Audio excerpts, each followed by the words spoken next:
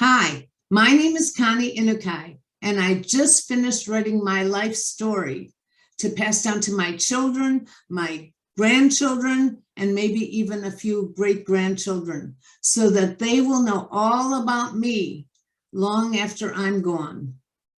Don't you wish that your parents and your grandparents had written down their story so you would know a little bit more about your background? Well, I'm here to help. And I wrote my story so that I could pass along tips to all of you who are interested in writing your story. Now, this story is not your typical story. Instead, it's based on pictures, and each picture evokes a memory which I want to share to my family and friends.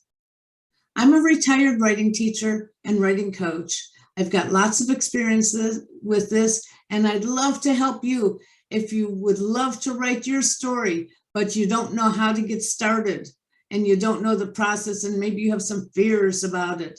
But I will be with you to get you started and to help you through the whole process until finally you have a hardcover book that you are proud to share with your family and preserve your legacy. So anyone who's interested in learning more about this, feel free to check out my website, www.writeyourselfie.com, set up a consultation call with me, and enjoy the journey.